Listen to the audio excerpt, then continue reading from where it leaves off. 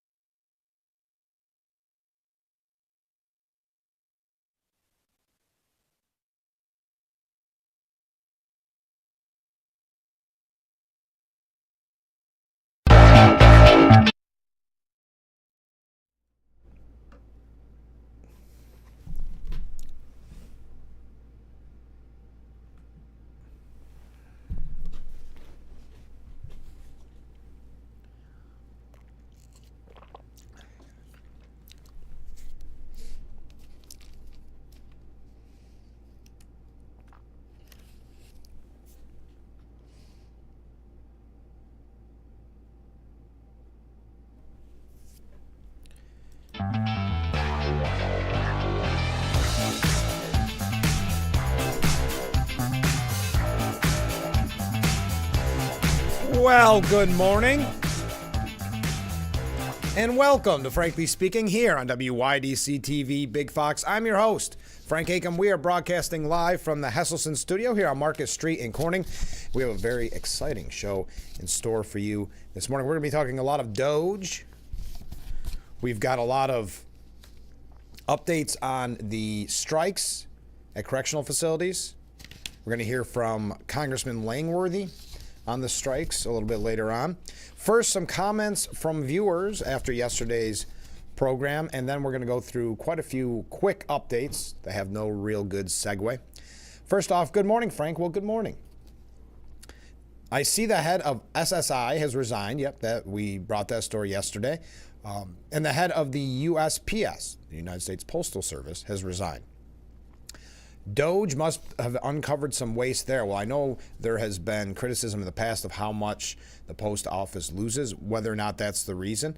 I did not see a lot of news on that this morning, just that he is, the last article I saw was that he is planning on stepping down. So thank you, Mark. Thank you for that update. Comment from a different viewer after yesterday's program. I think it's the only way to keep the current Republican and Democrat Party going is with its own hybrid perspective, instead of using the same old tired rhetoric that only enriches themselves without solving anything for its citizenship. You know, that's one of the points that was made about getting Robert F. Kennedy Jr. and Tulsi Gabbard involved. And I heard this from people anecdotally that would not be Trump supporters, but ended up supporting the quote-unquote movement because it was more about making America great again than it was about Republican or Democrat, though it is, of course, coming from a conservative perspective.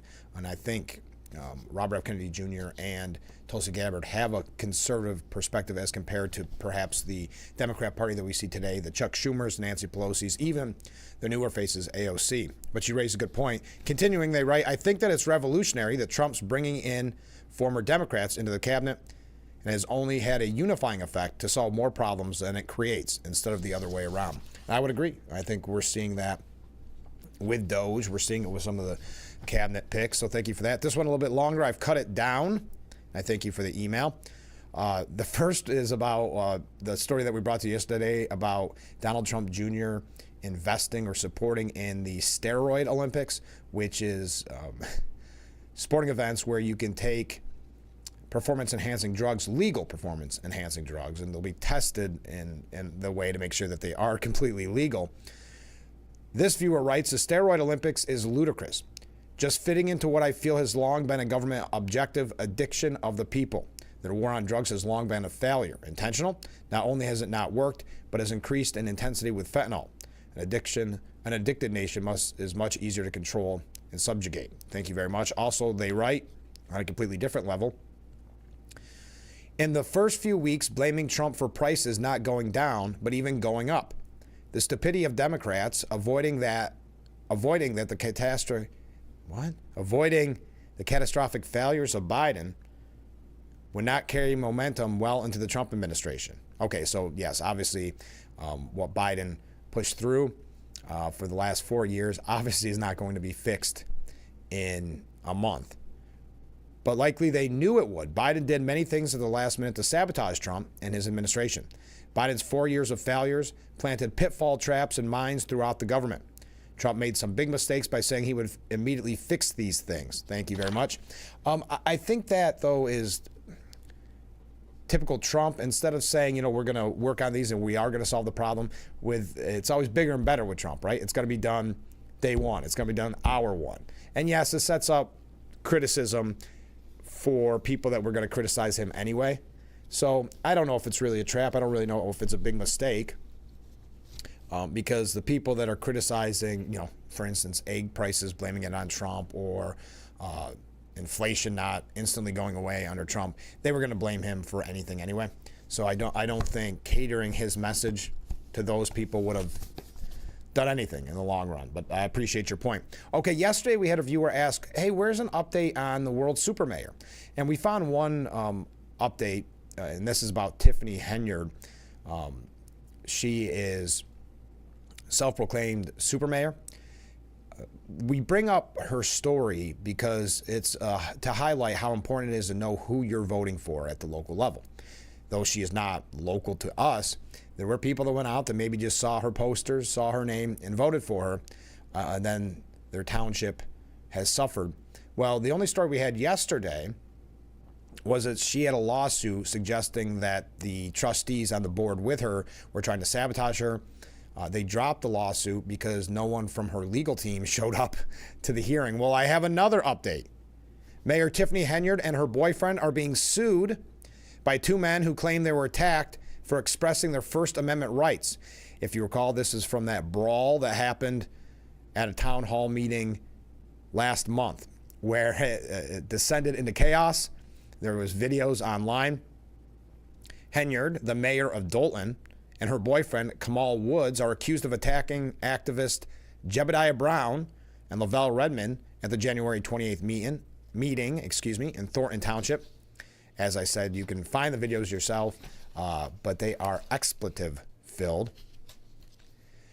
And again, the people that are suing did call Henyard and her boyfriend some pretty, just names. We'll say names. Woods allegedly attacked the activist as he walked away from the microphone as the violent fight erupted inside the government building. Brown claims Woods, a Thornton employee, called him a word and threatened to harm him. Brown and Redmond claim Woods and Dolton employee DeMarcus Krigley were given the green light to attack them. So now they are being sued, and her boyfriend was fired over that chaotic board meeting, after which names were exchanged. Okay. That was an update, but that was just to give an update. This is how good we're on this program to everyone that watches. We want to get you all the information. So you asked, and I provided, but that sounded way too cocky. But I do try to do my best. When you ask a question, we'll try. Like yesterday, we had someone comment they were hoping that we could speak with someone about the parking garage situation in Elmira, and we are working on that. Okay, another update from yesterday's program. We talked about the media and some politicians, Eric Swalwell and others, trying to blame Trump for the recent plane crash that happened on Monday, I believe it was, and blaming him for the plane crash where the helicopter hit the plane. Well, the new press secretary, Carolyn Leavitt, specifically called out Chuck Schumer, because Chuck Schumer did the same. He went to Twitter pointing finger at Trump in a series of posts. He stated, "I'm thankful that everyone in the flight incident in Toronto that took off from Minneapolis is safe. But we keep seeing these incidents day after day. Meanwhile, Trump's doing massive layoffs at the FAA, including safety specialists, and making our skies less and less safe. Democrats are fighting to protect the flying public." To those asking whether it matters that the plane's destination was in Canada, the flight took off from Minneapolis. The FAA was still responsible for inspecting the aviation equipment, and Trump just let go FAA safety specialists. So that's what Chuck Schumer decided was the best use of his time, is to blame Trump for that crash. Well, Leavitt said it is incredibly irresponsible for Chuck Schumer to say such a thing when the investigation is still underway. She then disputed the point about Trump firing FAA officials. Quote, "And the facts about the FAA are that no air traffic controllers have been let go by Secretary Duffy or his new administration. In fact, Secretary Duffy has put great emphasis on hiring the best and the brightest air traffic controllers who want to be a part of the FAA. And President Trump signed a very strong executive order to ensure that the FAA and all federal government agencies are focused on merit and skill-based hiring. We want the best and the brightest, the most competent individuals in positions, especially of public safety at the FAA, the Department of Transportation, and all departments across the federal government, so we can best serve the American people." She concluded her point by accusing former Secretary of Transportation Pete Buttigieg and the Biden administration of having, quote, "sat on their hands when it came to aviation safety for 4 years." So that is an update. I know that got a lot of people outraged yesterday during the program that politicians did what politicians do and tried to attack Trump for that crash. We also have a couple other updates we're going to get to here in a second. We've got a lot about Doge. I think you're going to enjoy those, some of our updates. Then we're going to get into the correctional facility strikes, which has now transcended, if you will, beyond Elmira and Collins. It is taking place, they are taking place, I should say, at other correctional facilities. We're going to give you a little bit of update on that. I do have some New York State updates as well this morning if we have an opportunity to get to them. I know we probably don't want to focus too much on Mayor Adams, but there are some implications there. So we may, if we have a chance, get to update you on the situation with Mayor Adams where, tell me this, how does this make you feel? Because I had someone ask me about my thoughts on this yesterday. So Governor Hochul can oust somebody that was elected by the people. I have a real problem with that. Because it should be up to the voters, right? The same people that voted for him should have that say. And then you recall that there is no mechanism in place to oust Governor Hochul, or any governor for that matter. We don't have to point to Hochul. Cuomo with the disastrous nursing home decision. We couldn't have a recall election. So that's a lot of power. So the implications on this and the precedent that this could set is very troubling. Now, there's a piece at the New York Post that said more moderate Democrats, if there are such a thing, in New York, are trying to have or encourage Hochul to pump the brakes on that. So again, we may talk about that in a little bit. I wanted to remind you tomorrow on the program, former Congressman and current Assemblyman Joe Sempolinski will be our guest. Now, Joe is also the chairman of the Steuben County Republican Committee, so you can ask him questions about the federal level, the state level, or if you're thinking of running at the local level, because this is a very heavy local election year. So please get those questions in for the former congressman. And then on Friday, this just announced, we just confirmed it, Assemblyman Phil Palmisano will be joining us on Fridays. Yes, we return to Fridays with Phil, so make sure you get your questions in for Phil as well. Now, let's take a short break. We'll read some of your comments. Keep the comments coming in, please, and we will give you more updates when we come back. Stay with us. We're just getting started here on Frankly Speaking. If you or a loved one regularly used hair relaxers or straighteners and were diagnosed with uterine, ovarian, or endometrial cancer, you may be entitled to significant financial compensation. I've used hair relaxers for years. I had no idea they could cause cancer. Chemical hair relaxers and straighteners have been linked to serious conditions, including several types of cancer. If you used hair relaxers and have been diagnosed with uterine, ovarian, or endometrial cancer, call us now. There's no fee unless we win your case. Call today. Are you or someone you love at risk of falling in the home? Did you know 80% of home falls happen in the bathroom? If you are still stepping over a tub to take a shower, please call Bath Planet for a free design service. Our certified design team will take all the measurements and work with you to design a bathroom that never has to sacrifice style for safety. Go with the company that people trust. Bath Planet, 2 locations serving the entirety of the Twin Tiers. Call today. Hard water makes it hard to keep your home looking like the work of art you've always envisioned it would be. Culligan softeners reduce hard water buildup and your cleaning time, transforming every drop, every splash, every rinse into the fine art of a long-lasting clean. With a Culligan water softener, revel in the breathtaking beauty of your home, just the way you've always pictured it. Culligan, water you love. Meet the dark days of winter and have a vacation from taxation with the Hesselson's Hot Tub. What better way to start or end every day than with hot water therapy in your very own Hesselson's Hot Tub. With every spa purchase, Hesselson's guarantees great customer satisfaction and the best service team in the area. Plus, with Hesselson's Vacation from Taxation sales event, free steps, free cover lifter, free music, and 0% interest-free financing. Ask about Hesselson's chemical auto ship program and save even more. Stop in today and see why after 70 years it's still fun to poke in the corners at The Frankly Speaking Roof Cam brought to you by Boss Security in Horseheads. Contact them today for all your business and home security needs. Welcome back as we broadcast live from the Hesselson studio here on Marcus Street in Corning. A lot of great comments coming in already. Let's get right to them. I believe the plane had touched down and then flipped over, so it had nothing to do with the air traffic controllers. Thank you very much. I know we're learning quite a bit about that. The videos are troubling to say the least. Thank heavens everybody was okay. It's kind of amazing everybody was okay. Mark writes in, I don't think at this point Trump cares if you're a Democrat or Republican. It's who will do their job right. Yeah, and I think that goes back to even the campaign.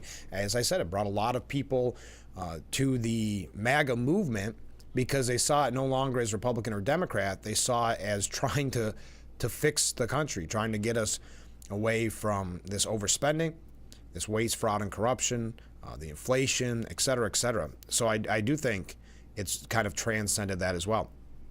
Ken writes in, hi Ken, even with Biden being out of office, it makes me shake my head every time I hear someone say that Biden did this, Biden did that, or it's Biden's fault. We as Republicans and conservatives should always refer to the problems caused during the last 4 years as being caused by the Democrats. Biden was just a Democrat's puppet. He was being directed on what to say and implement. To allow him to be the scapegoat doesn't put the blame where it belongs. Thank you, Ken. That's a very fair point.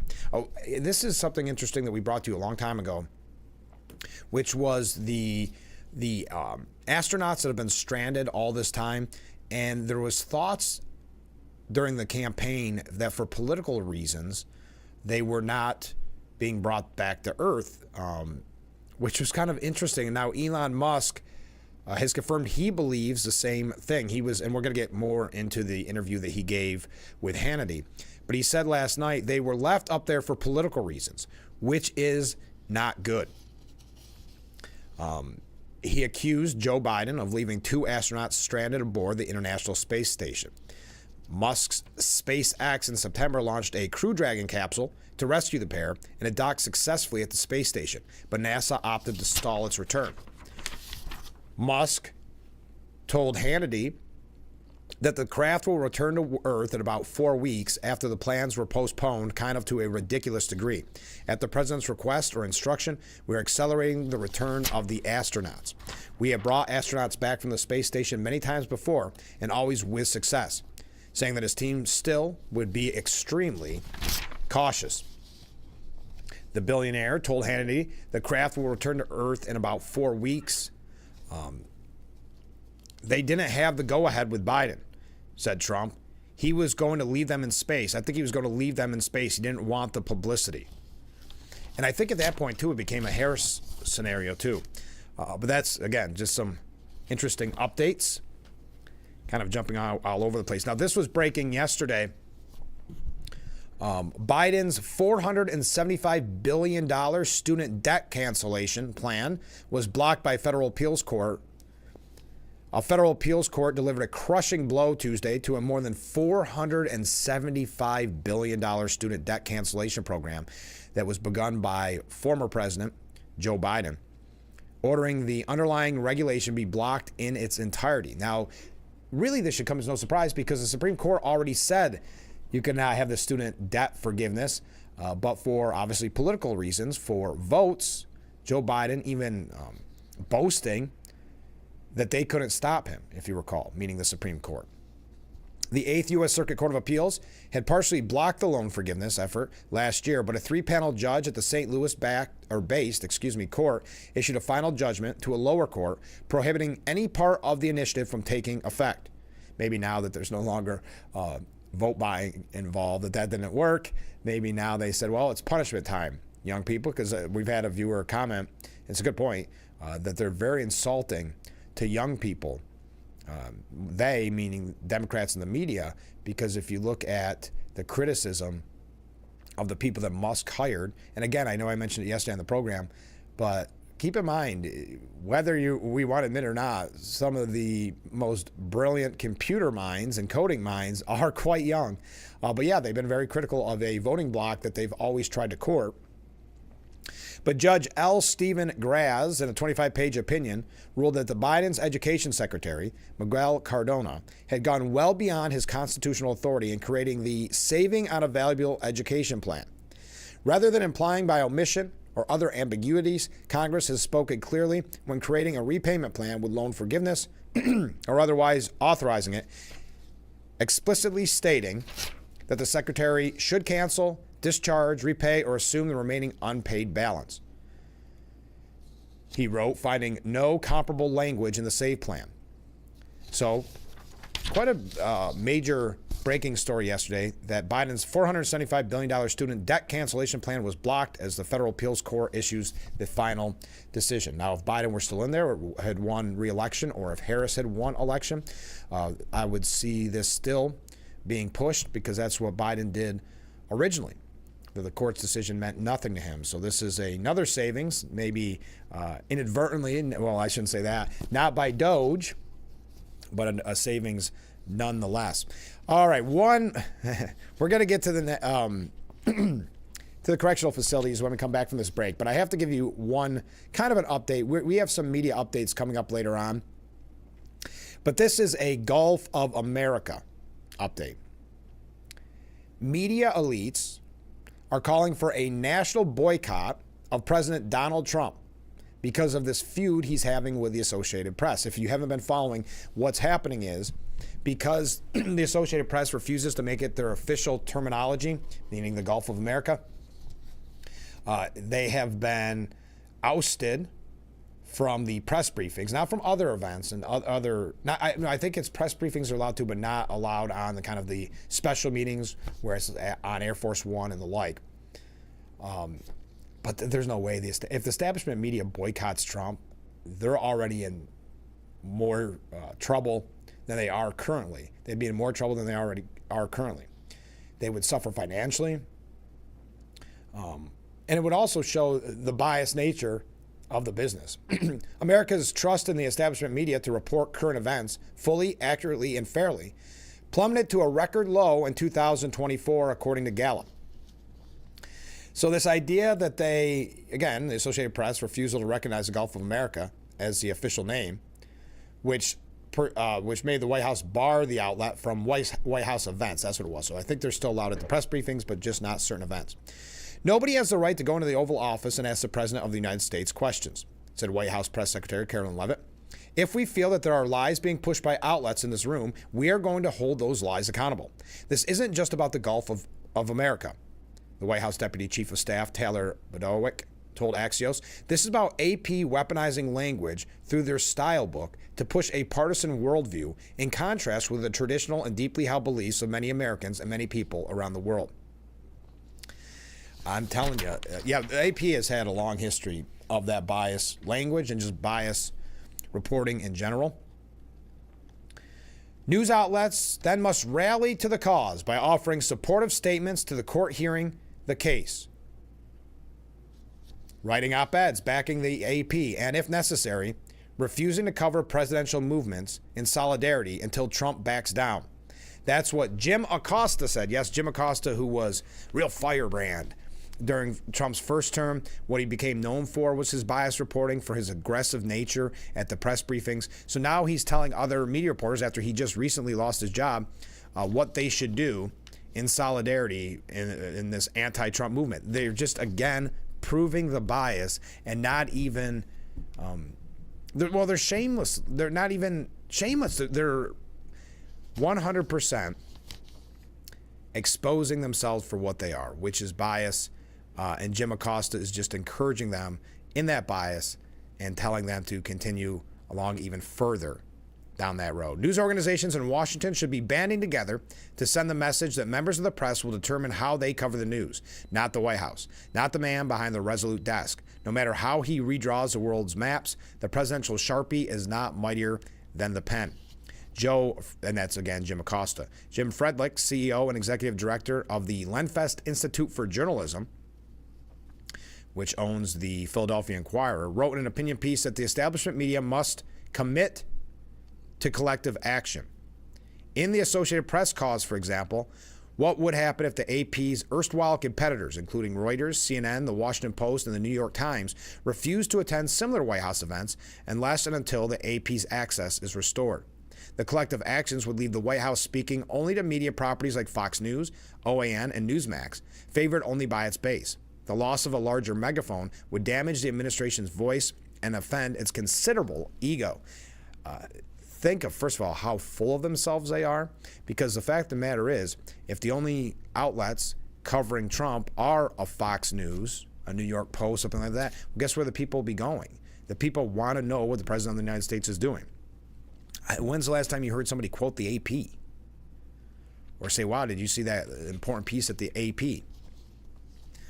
The phrase, an attack on one is an attack on all, is drawn from Article 5 of the 1949 North Atlantic Treaty that created NATO, another organization under criticism by President Trump.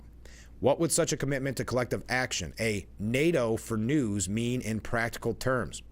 Now, Brian Stetler, who falsely claimed Hunter Biden's laptop was Russian disinformation, wrote that many of his media colleagues have suggested a mass boycott of White House coverage. Many readers have asked me what other news outlets are doing to support the AP. Some have suggested a mass boycott is in order. Consider that a possibility. However, that the Trump White House wants this fight. Maybe they want this fight. Wants journalists to act like opponents instead of observers. If the entire press pool skipped a Trump photo op in solidarity with the AP, wouldn't the White House welcome Breitbart and One American News to take their place? My sense is that the AP's editors and their peers at other media institutions are having back-channel conversations about what to do. We have to be strategic, one top editor told me, and keep covering the White House without just accepting how the AP is being treated. So again, they show their bias, and when there's pushback against that bias by not being allowed to certain White House events, now all of the establishment media, who has long lost their credibility, look at the Gallup polls, are now wanting to band together in solidarity to also, again, prove their bias against Republicans and specifically Trump. So I thought you'd find that interesting, even though we are going to get into more media updates later. I thought that was important to highlight to you, and I also like giving updates on Gulf of America. When we come back, we're going to talk about the correctional facilities. We're going to hear what is being done about the strikes, who's in support, who's not. I'd love to hear your take on it. We had some great comments on yesterday's program. Our thoughts are going out to the strike, the members of the strike, because boy, they picked a cold week, but they're doing it for the absolute right reasons. We've talked about HALT here on the program probably like a broken record over and over again. HALT is disastrous for the safety of our corrections officers. We talked about the need for corrections officers, and then you talk about the long hours and the forced overtime, etc., and it's just not sustainable. So we're going to tell you about the strikes when we come back. Stay with us. This is Frankly Speaking on WYDC TV, Big Fox.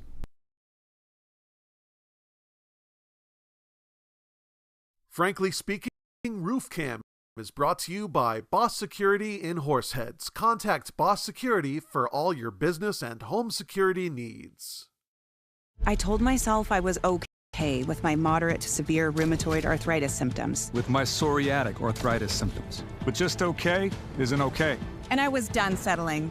If you still have symptoms after trying a TNF blocker like Humira or Enbrel, Rinvoq works differently. Rinvoq is a once-daily pill that can rapidly relieve joint pain, stiffness, and swelling as fast as 2 weeks for some. And even at the 3-year mark, many people felt this relief. Rinvoq can stop joint damage, and in PSA can leave skin clear or almost clear. Rinvoq can lower ability to fight infections. Before treatment, test for TB and do blood work. Serious infections, blood clots, some fatal. Cancers including lymphoma and skin, serious allergic reactions, GI tears, death, heart attack, and stroke occurred. CV event risk increases in age 50 plus with a heart disease risk factor. Tell your doctor if you've had these events, infection, Hep B or C, smoked, are pregnant, or planning. Don't take if allergic or have an infection. Done settling? Ask your rheumatologist for Rinvoq. And take back what's yours. Pour up, America. The Ford President's Day sales event is here. Save on the vehicles that will take you places, give you a surge of productivity, and a new sense of freedom. So head to your local Ford store, because it's time to get in the driver's seat. Right now, get a Ford F-150 hybrid truck with up to $11,999 total savings, only at your local Ford stores. Every Judge Mathis presides. Don't you ever form your mouth to talk to me like that. What's wrong with you? Is another day when someone gets what they deserve. I'll throw you out my courtroom talking crazy like that. Mathis Court with Judge Mathis.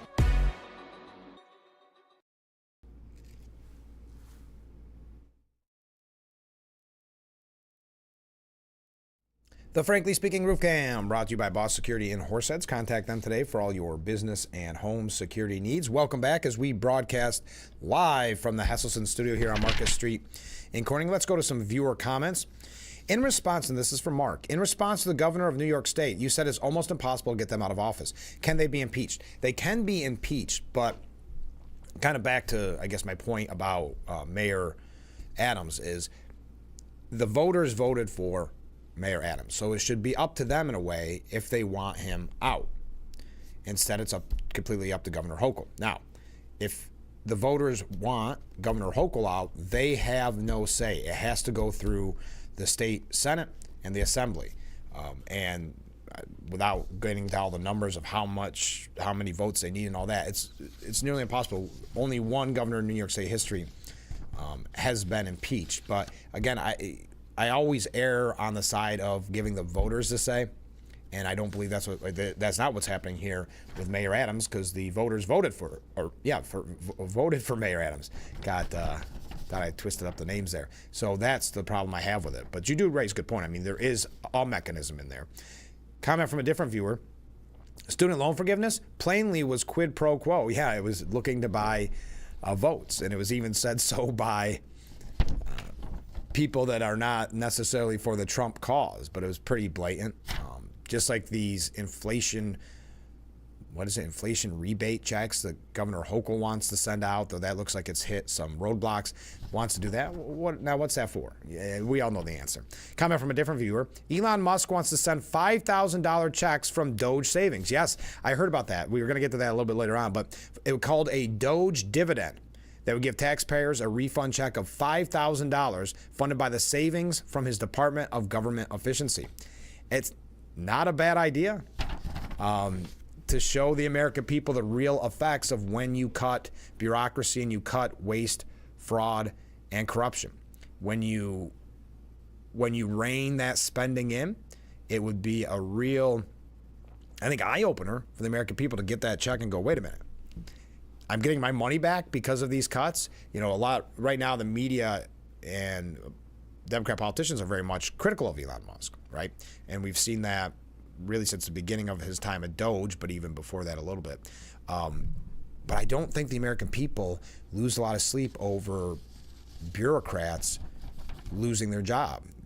Nameless, faceless bureaucrats who think that they know more than the president, that have been kind of living off the government. And I'm not saying all government, I'm not trying to badmouth all government employees, don't get me wrong.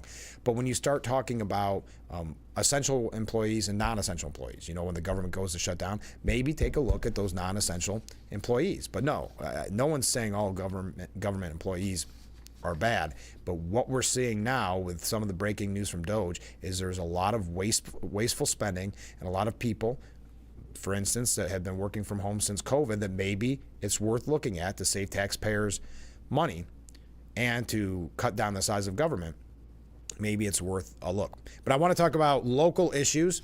Corrections officers at least 25 prisons in upstate New York have taken, quote, illegal job action. The State Department of Corrections and Community Supervision said, as protests or strikes formed Tuesday at facilities throughout the state, Governor Hochul released a statement saying she had ordered the mobilization of the New York Army National Guard to the facilities if the strike does not end Wednesday. So if the strike does not end today, Governor Hochul is sending the National Guard. So you tell me who's on the side of corrections officers. You know, as she tries to run on this idea of, oh no, we're trying everything we can for public safety. Quote, this is Hochul. The illegal and unlawful actions being taken by a number of corrections officers must end immediately. We will not allow these individuals to jeopardize the safety of their colleagues, incarcerated people, and the residents of communities surrounding our correctional facilities. Now, the HALT Act has put these corrections officers' lives in danger. We've had the numbers on this program numerous times before about not just inmate on inmate violence, but inmate on corrections officers violence, and how that has just increased exponentially since the HALT Act. So again, Governor Hochul threatening to send the National Guard today if the protests do not end. Now, we hear now from Congressman Nick Langworthy. Congressman Langworthy sent a video, but unfortunately I could not get the video to work this morning, so we're going to play the audio for you. And he stands, and he's made it very clear, this again, Congressman Nick Langworthy, stands with the corrections officer. So let's hear from the congressman right now as I try to do this. There we go. Congressman Nick Langworthy. And I wanted to deliver a message to the brave men and women serving in New York State's correctional facilities. I stand with you, I stand for you, and I will fight beside you. The decision you've made to strike was not one you made lightly. It comes after years of you speaking up, of raising serious concerns, only to be met by silence or empty promises. You've dedicated your careers to maintaining order in some of the most dangerous environments imaginable.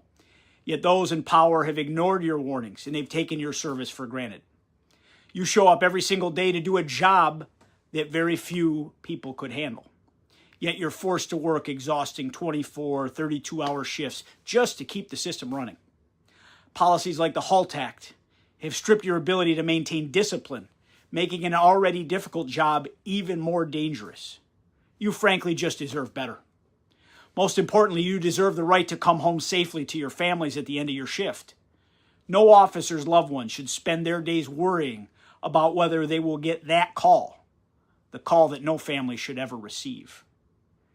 The very leaders who rely on you to manage our most violent offenders have not just turned their backs on you, they have made it harder for you to do your daily job, harder for you to protect yourselves, and harder for you to go home safely at the end of the day. And that's not just wrong, it is simply shameful. Every man has his limits. No one, no matter how strong, how dedicated, or how committed, can endure endless neglect and mistreatment. There comes a time when enough warnings have been given, enough patience has been tested, and the burden becomes too great to bear alone. And that moment is now. To Governor Hochul and to Albany's legislative leaders, it is time to recognize the damage that has been done here. You can no longer ignore the crisis that you've created by your own legislative priorities. The men and women who risk their lives behind prison walls will not be silenced, they will not be dismissed, and they're not going to back down. And to every corrections officer standing in this fight, you stay strong, stay united. You are not alone. The public is with you. I stand with you, I support you, and I will not stop fighting until you get the respect, the resources, and the protection that you deserve. God bless you all. Very powerful statement from Congressman Nick Langworthy. We thank him for sending that in this morning. He will be visiting the Collins Correctional Facility today to stand in solidarity with the striking correctional facility staff. And here's the numbers, just because he included it in his press release, and I just wanted to pass this along to you just to put it into perspective.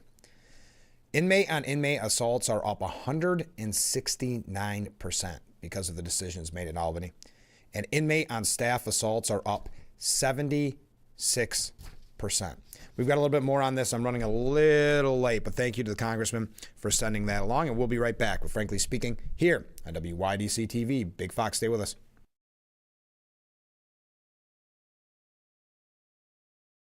Attention, Elmeron may lead to vision loss. If you have suffered vision problems after taking Elmeron to treat bladder pain, call the Hearn Law Firm. Elmeron may be responsible for your vision problems, and you may deserve compensation for your injuries. If you took Elmeron and now have vision problems, call the Hearn Law Firm at 888-308-3866 right now. You could find out if you qualify in less than 2 minutes. Call 888-308-3866 for your free case review. Let me explain what this feels like. We could try to put it into words, but nothing compares to experiencing it for yourself. You just have to get in the seat. Your area John Deere dealer is Lindsay Equipment. Hey, Southern Florida's calling, and we've got some exciting news. Allegiant Air is expanding its schedule. We are now offering a new service to Sarasota, a flight to Sanford, Orlando, Tampa St. Pete, and Punta Gorda, a Myra Corning Regional Airport, the premier airport of the Southern Tier.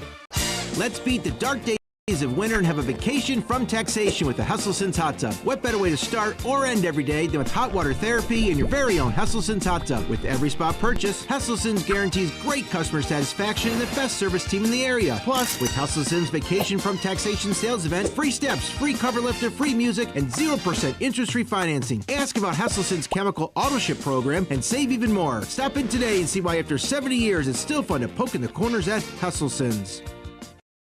The Fox website is here now. WYDCTV.com. Local and national news that keeps you informed and involved. WYDCTV.com. Today's weather up to date and in your town. WYDCTV.com. Sports news, local events, and health stories that affect you. WYDCTV.com. The Big Fox website. Your news here now. WYDCTV.com. The Frankly Speaking Roof Cam brought to you by Boss Security and Horseheads. Contact them today for all your business and home security needs. Welcome back as we broadcast live from the Hesselson studio here on Market Street in Corning. We want to thank again Congressman Nick Langworthy for sending in that statement on standing with our corrections officers. The protests, right now there's a little bit of back and forth in the media about whether to call it protests or strikes. Not crystal clear if they're refusing to go to work or if it's just a protest. Pamela Welch, the executive treasurer of, I know they call it NYSCOPA, she said this was just a tipping point out here. Upstate has had multiple exposures, repeated exposures all across the state. Mid-state's had them. Marcy's had them. It's not isolated out west. This is statewide, and the state's been ignoring it. While the union cannot condone the strikes, Welch said they are understandable. A union representative says correction workers across the state are frustrated with being mandated to work 24-hour shifts while being disciplined and even fined if they refuse. Quote, this is a big enough problem as it is. As far as the members, they've had enough. They don't care if this is going to cost them their job. They don't care. They're tired of going into work every single day, being unsafe and being treated worse than the inmates, and they've reached their boiling point. And so corrections officers, very much like we've talked about on this program when it comes to our police officers, that Albany has tied the hands of our law enforcement while coddling the criminals. And that's the point, one of many points that these workers are making. Let's see. A union representative confirmed the following is a list of demands by officers at Collins Correctional. So this just speaks for the Collins Correctional protesters. 1, reverse of HALT Act. Enable meaningful and disciplinary actions. Number 2, no 70% staffing reduction reassignments. 3, grandfather of Tier 5 and Tier 6 to Tier 3. This is going to get a little wonky, but I want to give you all the information. 4, true secure vendor program. 5, incoming mail to be photocopied or scanned through JPay email. 6, mandated body scans for visitors. 7, fulfillment of previously promised geography pay. 8, timelessness of staff disciplinary actions. Lookout notice within 3 days of alleged incident will receive wages if not resolved within 30 days. 9, pay grade increase to a 17 for security and 20% for sergeants. 10, facility superintendents provide the right to individually determine facility lockdowns and program closures based on immediate necessity of their given facility without repercussions. 11, representation from security staff in Albany separate from collective bargaining union. 12, no disciplinary pay reduction for protesters. That's going to be an important one because you could see some pushback on this. As, again, Governor Hochul threatens to send in the National Guard today. 13, consideration of adding staffing solutions. And they go through some things that could help retain staff, but also encourage new staff members, like a pilot program to incentivize new employees through 20-year retirement, incentive hiring bonus of $5,000 to new employees, granted at 1-year anniversary, 2.5 times pay for involuntary overtime, involuntary RDO overtime on Fridays, Saturdays, and Sundays, 2 times pay for involuntary OT, involuntary RDO overtime Monday through Thursday, no OT mandates over 16 hours, step raises adjusted to top rate at 15 years, and retention benefit of 25-year retirement lock, guaranteeing security families to receive full retirement after 25 years of service. So that's what they're demanding at Collins. We're going to give you a couple other updates on this. Keep your comments coming in. Again, Governor Hochul threatening to send the National Guard to state prisons if the strike doesn't end today. One viewer saying in response to Governor Hochul, do you think the National Guard are going to put up with Holt? No, I don't think so. I don't think so. If they're assaulted, they will take care of it. I'm not sure if she's sending them into the prisons, though, Mark. Is she saying that? Or is she saying, to take over the job? Or is she trying to break up the protests? I guess that's the main question. Let's take a short break. Reading some of your comments. A couple waves coming in. When we come back, this is Frankly Speaking here on WYDC TV. Big Fox, please stay with us.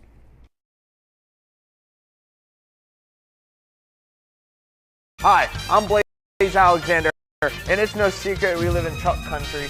That's why here at Blaze Alexander Family Dealerships in Mansfield, we have the largest selection of new truck inventory in North Central Pennsylvania. Step into a new F-150 with up to $11,000 off MSRP. Drive away in a new Ram 1500 today with up to $13,000 off MSRP. And save $9,000 off MSRP on select new Chevy GMC 1500s. So save some green off Route 15 in Mansfield, where we're taking the deals the other guys won't.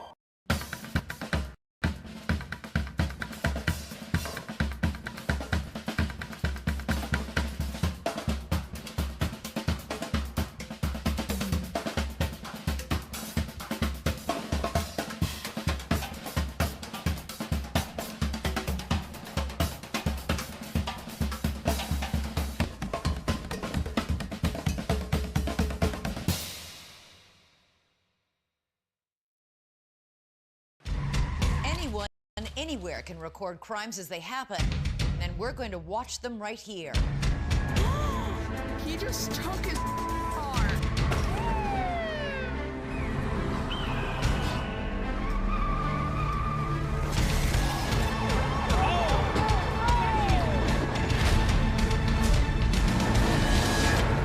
With cameras everywhere, you can run, but you can't hide.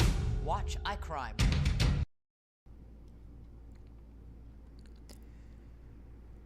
The Frankly Speaking Roof Cam brought to you by Boss Security in Horseheads. Contact them today for all your business and home security needs. Welcome back as we broadcast live from the Hesselson studio here on Market Street in Corning. So now they said there's about at least 25 prisons across upstate New York that these protests have formed. They're asking for better work conditions. You also have the end of HALT, of course, specifically. Governor Hochul has accused them of an illegal job action and has ordered the New York Army National Guard to guard the facilities if the strike does not end Wednesday. So I was confused at first, so I got this other story and looked it up. So thank you, Mark, for kind of correcting me on that. So they will guard the facilities. Yeah, there's absolutely no way the Army National Guard is going to put up with the whole act. Protests formed at facilities from the Hudson Valley to western New York, where the action started Monday with 3 unsanctioned strikes at Collins, Elmira, and Groveland Correctional Facility.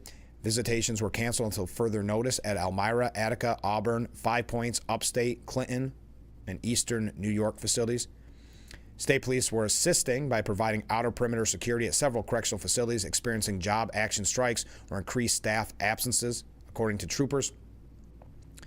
Outside some facilities, it was unclear Tuesday if COs were refusing to go to work or only protesting. So this is coming from Spectrum News. A union representative said the workers were frustrated by mandated 24-hour shifts while being disciplined and even fined if they refuse. Okay, so there you are. Just your update. It has started the conversation about the Hull Act. The Hull Act has been relatively kept out of the news. It's kind of like the bail reform, that it comes up, people are aware of how disastrous it is for public safety, but it just doesn't get the coverage. The Hull Act, specifically because the Hull Act is happening in prisons, and it's the corrections officers that suffer. So that it doesn't get the media attention that a bail reform does, but nonetheless, it is a threat to public safety. Again, many are saying they don't care if they lose their job anymore because they're already quitting and resigning anyway. I have nothing else to lose and no one is listening, said one protester. When, as the congressman said, when they go in and fear for their life every day, when does it, for mental health and physical health reasons, make it not conducive to continuing working and, of course, not even getting the pat on the back after everything that they put themselves through, then being forced to work overtime, involuntary overtime. If you look at the assaults, are at an all-time high right now. And with the HALT Act, there are no penalties. So you're taking an individual that cannot behave in society, remove them from society. He's in prison, cannot behave in prison, and the most he can get is a 15-day penalty. It doesn't make sense. And if you're not aware, HALT stands for the Humane Alternatives to Long-Term Solitary Confinement. The law limits the use of segregated confinement and ends it completely for anyone who is pregnant, living with a disability, over the age of 55, or under 21. It also requires alternatives to rehabilitation. Isolation does not work to help anyone, said Jerome Wright, co-director of the HALT Solitary Campaign. You don't have a problem, you put it away in isolation, then go back and get it and expect it to have solved itself. So that's an advocate for HALT. All right. There is our updates on what started Monday locally in Elmira. And is continuing to make statewide news, and we'll keep you updated. Again, Governor Hochul threatening the National Guard to take over the facility as of today if the strikes and protests do not end. I didn't see video from yesterday, but boy, you got to feel for them out there in the cold. But I know they are standing in solidarity. So if you have any updates on that, I'd love to hear your opinion on it. We are going to talk a lot about Doge this morning. Man, it's hard to believe hour number 1 is nearly through here.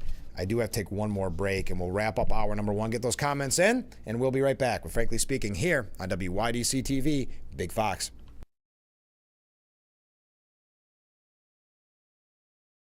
Have you been unable to work for over a year due to a mental or physical disability? Were you recently denied Social Security disability benefits? Great news. You may be eligible for money, back pay, relief. If you've been pre-qualified and diagnosed with a recognized condition that prohibits you from working, our lawyers can file a claim to get your disability benefit. Call us today and find out more.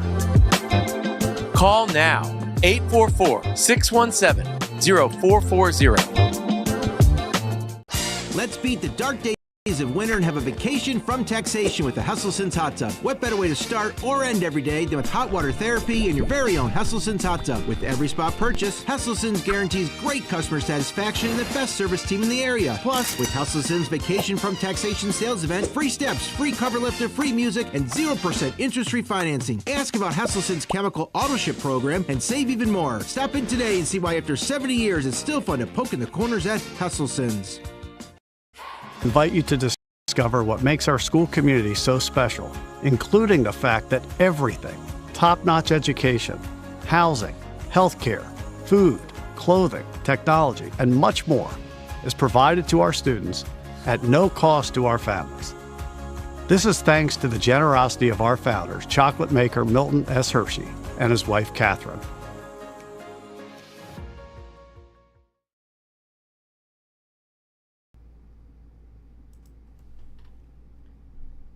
The Frankly Speaking Roof Cam brought to you by Boss Security in Horseheads. Contact them today for all your business and home security needs. Welcome back as we broadcast live from the Hesselson studio here on Marcus Street in Corning. Let's go through some viewer comments, shall we? Ken writes in, as we all know, Hochul doesn't make any decisions herself. Anonymous Democrat handlers tell her what to do and say. It is easy to put people in danger's way when you're not the one who will get the blame. Remember her words, she is a Biden Democrat. Thank you, Ken. Comment from a different viewer. President Trump signed an executive order on IVF to expand and bring down cost after Democrats' misinformation and lies. Thank you. I'm going to get to that a little bit later on as we talk about some of the moves and decision that the Trump administration is making. We've got a lot on Doge, a couple other general topics. We may get to it. I just want your thoughts on it with Governor Hochul. We may get to the New York State issue of her ousting Mayor Adams. Your thoughts on that? Not really a decision made by the people, the voters, but by Hochul herself at a time when you can't, as a voter, attempt to recall Hochul. Now, again, we made clear earlier there is the impeachment mechanism, but that is not up to the voters. That is up to the Senate and Assembly. Okay, comment from another viewer. At what point does OSHA step in for the safety of the guards? The administration of the prison seems to be treating the guards like meat robots. I don't know. I would think it would be an OSHA issue too, because it's not a safe job. And it's gotten even worse because of the HALT Act. And then you throw on top of there all the overtime, involuntary overtime, and it it's a powder keg. So I think that's why we've heard comment after comment where people said they don't even care about losing their job anymore. It's not about that. It's about safety. It's about going to your job and not feeling like perhaps you might not return home. Oh, and by the way, 24, 36-hour shifts, yeah, it's unsustainable. And that's why you saw they had enough. Okay, I haven't been keeping track that well of waves. I apologize if I missed some of your waves, but that we've been receiving so many comments, so I do appreciate it. I want to remind you, and thank you again to Congressman Langworthy for sending in that video. I had to play the audio because of a technical glitch here, but what a very forceful and poignant message from the congressman in showing his solidarity for corrections officers. Couple quick announcements if you did not hear from earlier this morning. Tomorrow on the program, of course, former Congressman Joe Sempolinski will be our guest. He's now currently New York State Assemblyman, and he's also the chair of the Steuben County Republican Committee. So if you have questions about federal issues, state issues, or even local issues, as petition season is about to kick off at the end of the month, maybe you're thinking of running for elected office because this is a heavy local year. Town supervisors, legislature, town council members. If you have any questions for Joe on that or any issue, feel free to send them in. We'll do our best to get to them on tomorrow's program. Then on Friday, it's Fridays with Phil. Assemblyman Phil Palmisano will be our guest. We just confirmed that yesterday, and I know he's going to want to speak out against the HALT Act, and we'll get some of those numbers from him. He's been very outspoken on the HALT Act for quite some time. That's why I said if you didn't watch this show, you may not even be familiar with what the HALT Act is until these protests began. But if you watch this show, you have been well versed on it. You're prepared to have the conversations because we've talked about it extensively. So would maybe argue too much, but Monday proved, and yesterday and today proved that we did not talk about too much. That it was an important topic and one that needed to be discussed and continues to be discussed until the wrong is corrected. All right, we're going to talk about Doge in the next hour. We've got some updates on, as I said, on New York, not just on Mayor Adams, but also the gubernatorial race, which is coming up in 2026. Have a couple of media updates as well. And let's see, a couple of just general topics regarding the Trump administration and J.D. Vance and others. So stay with us. Oh, it's hard to believe. Hour number 1 is already in the books. Thank you for all the comments. I see them coming in. We'll get to those at the top of the hour, so don't miss that. If you want to see your comments, keep them coming in. Keep the waves coming in, and we will be right back with hour number 2 of Frankly Speaking here on WYDC TV. Big Fox, please stay with us.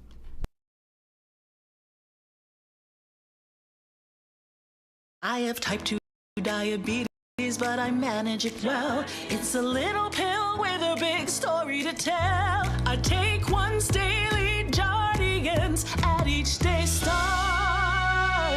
As time went on, it was easy to see I'm lowering my A1C. And for adults with type 2 diabetes and known heart disease, Jardians can lower the risk of cardiovascular death too. Serious side effects include increased ketones in blood or urine, which can be fatal. Stop Jardians and call your doctor right away if you have nausea, vomiting, stomach pain, tiredness, trouble breathing, or increased ketones. Jardians may cause dehydration that can suddenly worsen kidney function and make you feel dizzy, lightheaded, or weak upon standing. Genital yeast infections in men and women, urinary tract infections, low blood sugar, or a rare life-threatening bacterial infection between and around the anus and genitals can occur.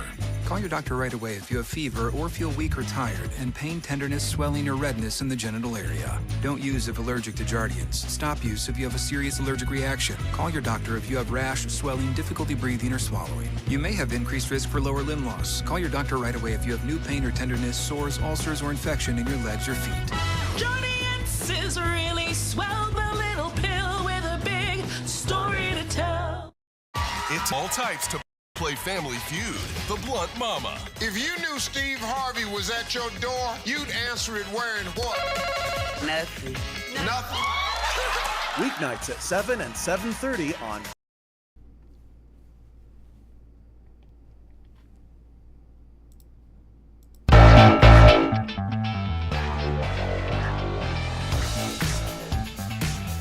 Hour number 2 of Frankly Speaking, broadcasting live from the Hesselson studio here on Market Street in Corning. First of all, we've been talking about the protest/strike at the correctional facilities. We can continue that discussion, but I do want to thank those of you who sent in information from the ground, people that were there, pictures from the protest/strike. I'd love to hear your take on it as you're out there in the cold protesting and hearing the news that Governor Hochul will be sending in the Army National Guard today if they do not end.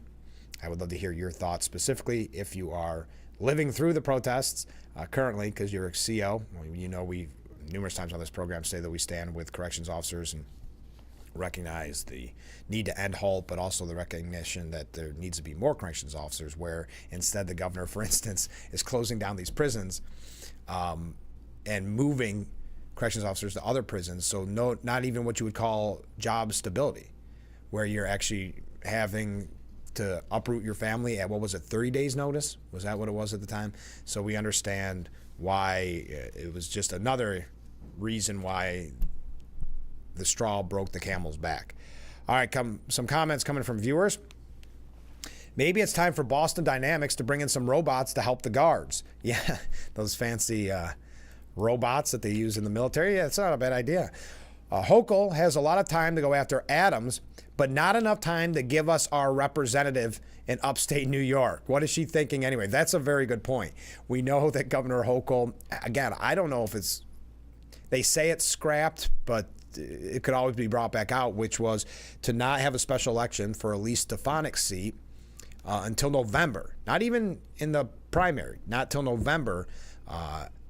And that, of course, no matter how they tried to manipulate what they were saying, what that was is to make a smaller majority, for President Trump in the House.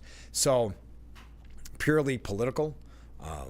They did get enough pushback that they kind of put that on the back burner. I think one of the big pushbacks was from none other than Donald Trump, but that's just speculation. So in the end, that has been quote unquote tabled, but I want to hold my breath, and I think you raised a good point. Focusing on someone that was voted for, not leaving out that decision up to the voters, but making that decision for herself. Maybe she's got time for that, but not enough time to announce that special election. Thank you. Comment from a different viewer. Is it legal to order an employee to work in excess of 16 hours without a declaration of emergency? Apparently. I mean, that's why, what a good point earlier. How has OSHA not got involved in this? I mean, you're talking shifts of 24, in excess of 24 hours for a shift in a job that is dangerous. You can see the powder keg that is formed. So apparently that's one of the demands that they are making. Shorter shifts and also better pay for the involuntary overtime. Okay, comment from a different viewer. Ken writes in, thinking about how the New York Democrats have been closing prisons and lightening up punishment for felons. Could it be that the Hull Act was implemented in the hope that it would drive guards to quit or retire early and hamper hiring new guards? If they don't have enough guards to man the prisons, they will have to let felons out early and close more prisons.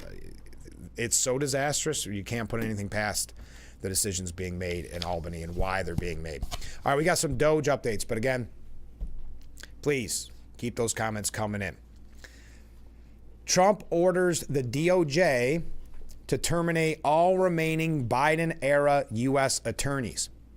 This was announced late yesterday. He instructed the Justice Department to terminate all U.S. attorneys appointed under the Biden administration, claiming the federal agency has been, quote, politicized like never before. Trump, who has repeatedly argued that Joe Biden weaponized the DOJ to bring federal charges against him, said the latest slew of firings will restore confidence in the justice system.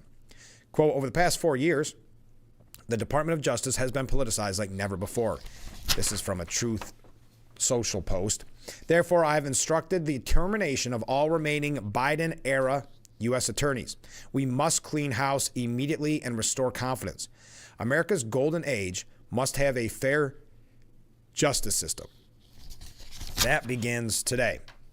Now, the announcement comes 1 week after the White House issued termination notices to multiple federal prosecutors appointed by the Biden administration. While it is standard practice for U.S. attorneys to resign after a new president takes office, current and former Justice Department lawyers noted it's also customary for the incoming administration to request resignations instead of issuing hasty termination letters. Well, that just sounds like splitting hairs. Asking for your resignation or being fired. Okay, if that's your complaint. So that's just an announcement from last night. Now, D.C. judge blocked the bid to stop Doge's mass firings. This is quite shocking. This was coming out later yesterday evening as well. A federal judge rejected an emergency request from Democrat-led states to hamper cost-cutting efforts by Elon Musk and the Department of Government Efficiency. Washington, D.C. District Judge Tanya Chutkan denied the petition by 14 Democrat states to issue a temporary restraining order against Musk and Doge. Plaintiffs, this is a quote from her writings, plaintiffs legitimately call into question what appears to be the unchecked authority of an unelected individual and an entity that was not created by Congress and over which it has no oversight. In these circumstances, it must be indisputable that this court acts within the bounds of its authority. Accordingly, it cannot issue a TRO, especially one as wide-ranging as the plaintiffs have requested, without clear evidence of imminent, irreparable harm to these plaintiffs. Chutkan said the plaintiffs, led by New Mexico, had not met the high standards for irreparable injury. She noted that much of the claims from the blue states relied on media reports about what financial harm may be suffered should Doge continue putting agencies like USAID through a wood chipper, as Musk once said in reference to the cuts. Yeah, and that's such a good point. They are using the media that we talked about earlier that is so biased to quote-unquote inform their decision. Other Doge acts cited by the states included canceling federal contracts, firing employees, or even accessing sensitive and confidential agency data, though the White House has since pushed back that these actions were not taken by Musk or his team, but rather agency staff. Quote, the court is aware that Doge's unpredictable actions have resulted in considerable uncertainty and confusion for plaintiffs and many of their agencies and residents. When litigants have identified specific individuals or programs imminently targeted by defendants, courts have issued appropriately tailored temporary restraining orders. Again, we checked yesterday, thanks to a viewer who kind of reminded us there is a website, an official website of Doge, doge.gov, that is highlighting the cost savings. I'm not going to read them because numbers get a little bit tedious to read, but you can find them at doge.gov. Chutkan, who previously oversaw the now dismissed federal 2020 election interference case against President Trump, asked the Democrat AGs to file a proposed briefing scheduled by 5 p.m. Wednesday if they intend to move for a preliminary injunction. New Mexico Attorney General Raul Torres indicated that he will continue to pursue litigation against Musk and Doge, quote, for as long as it takes to bring the chaos to an end. While we are disappointed that the court declined to issue a temporary restraining order, we remain committed to putting an end to Elon Musk's unlawful power grab. Every day that he is allowed to operate without a congressional mandate and with little apparent supervision, Musk is destabilizing our government and disrupting critical funding for education, public health, and national security. You see the anger on display when you start to talk about actually cutting spending, when the wasteful money dries up, and that's why even those in the media, as Stephen Miller. Was it Stephen Miller? This was going to be a part of my media update, but I'll jump ahead. Why not? Stephen Miller asked the question while being interviewed, why is cutting costs? Why are you not celebrating these cuts? And he was on CNN's News Central. Deputy Chief of Staff Stephen Miller asked Breonna Taylor why she was not celebrating the cuts made to the federal government by the Trump administration. Miller said the U.S. government has $36 trillion in debt. This is Miller. The interest payment on the debt exceeds the national defense budget. The American people are exhausted and tired of watching their tax dollars be corruptly spent, abused, wasted, and in every sense robbed and stolen from them. This president, for the first time in history, is committed to restoring accountability at every level of the federal government. You may assert there's no waste in the Pentagon. You may assert there's no waste in the Treasury. That's when Keeler interrupted, of course, because that is the natural progression, especially when someone has the upper hand and is a Republican. Keeler said, "Oh, Stephen, I'm not asserting. I don't think anyone would assert that, Stephen." Miller said, "Then why are you not celebrating these cuts? If you agree there is waste, if you agree there is abuse, if you agree there is corruption, why are you not celebrating the cuts, the reforms that are being instituted? Every day that no action is taken, the entire salaries of American workers that are taxed disappear forever." Well, because he's hitting fantastic points, and really, I think speaking to one of the reasons why Trump was ultimately elected is to weed out this waste, fraud, and corruption.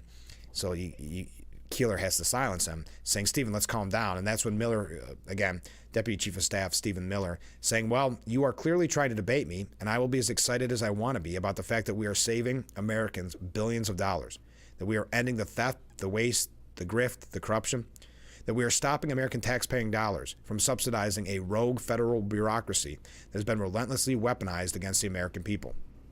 You may not care about the issue. Your colleagues may not care about this issue." So yes, why is there not more celebration of this? That's the question you have to ask yourself, don't you? And Trump issued warnings yesterday about wasteful spending and orders radical transparency amid these Doge probes. And I think the website is very helpful in that with Doge. But President Donald Trump issued an unsmiling warning to bureaucrats yesterday, ordering the leaders of government agencies begin to be radically transparent about spending. The White House published a memo entitled "Radical Transparency About Wasteful Spending" yesterday afternoon, directed at the heads of executive departments and agencies. The memo begins by arguing that the American government, quote, spends too much money on programs, contracts, and grants that do not promote the interests of the American people.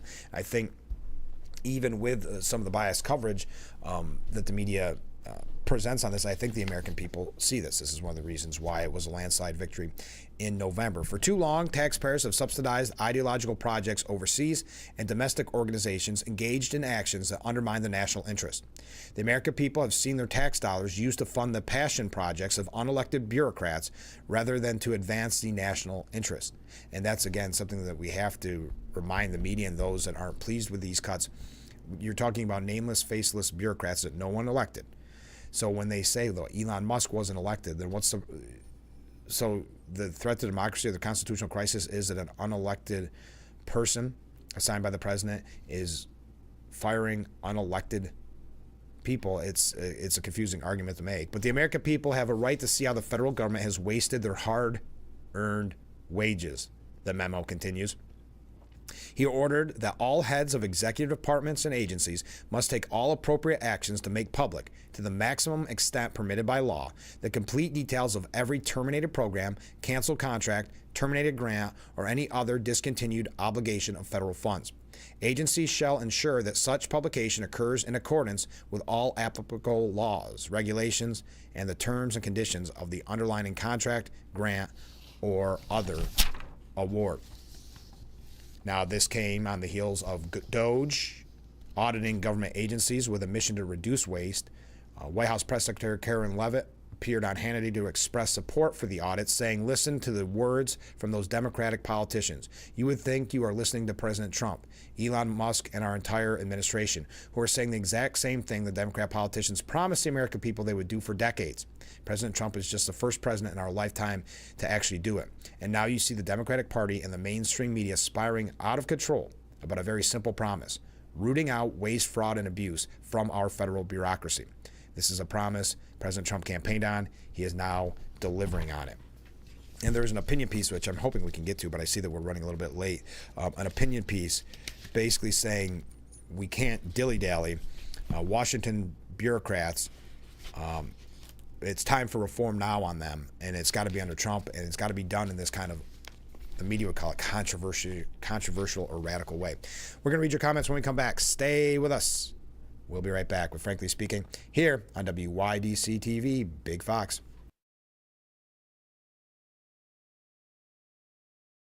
If you or a loved one regularly used hair relaxers or straighteners and were diagnosed with uterine, ovarian, or endometrial cancer, you may be entitled to significant financial compensation. I've used hair relaxers for years. I had no idea they could cause cancer.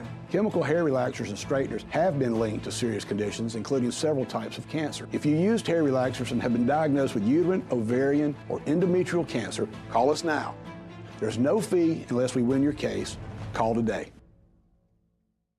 Hustling plus overbooked, plus bustling, plus cleaning overlooked. It all adds up. With Mary Maid's professional cleaning services, you'll have one less thing to worry about. Mary Maid's, relax, it's done. Hustling, plus too busy, plus bustling, plus in a tizzy. It all adds up. With Mary Maid's professional cleaning services, you'll have one less thing to worry about. Mary Maid's, relax, it's done. Hi, Blaze Alexander, and it's no secret we live in truck country. That's why here at Blaze Alexander Family Dealerships in Mansfield, we have the largest selection of new truck inventory in North Central Pennsylvania. Step into a new F-150 with up to $11,000 off MSRP. Drive away in a new Ram 1500 today with up to $13,000 off MSRP. And save $9,000 off MSRP on select new Chevy GMC 1500s. So save some green off Route 15 in Mansfield, where we're taking the deals the other guys won't. Anyone, anywhere can record crimes as they happen, and we're going to watch them right here. He just took his arm.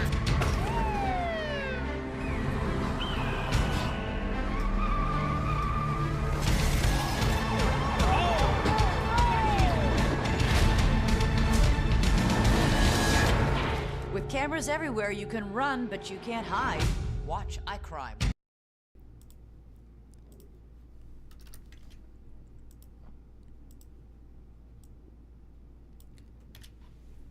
The Frankly Speaking Roof Cam, brought to you by Boss Security in Horseheads. Contact them today for all your business and home security needs. Welcome back as we're broadcasting live from the Hesselson studio. So many great comments here. Let's get right to them from viewers. Ken writes in, remember, AOC said the reason we have so many prisoners in New York is because we have so many prisons. And that is really the mindset of Albany as well, that if we close these prisons, there are no more prisoners, I suppose. But you raise a good point. Thank you, Ken. There are enough, and this is from a different viewer, there are enough employees to staff our prisons for mandated care of incarcerated individuals. It is the programs and services that make it monetarily ridiculous and no deterrent to people to obey the law. Thank you. And thank you to everybody sending in pictures from the protest. I really appreciate that. Protest or strike, what do you prefer it to be called? I'm fine with whatever, especially if you're involved in it. I hope you're staying warm. We stand with you. But I'd love to know what your thoughts are. Mark writes in, it seems to me Governor Hochul was okay with Mayor Adams until he said he would comply with ICE and trade for his crimes being forgiven.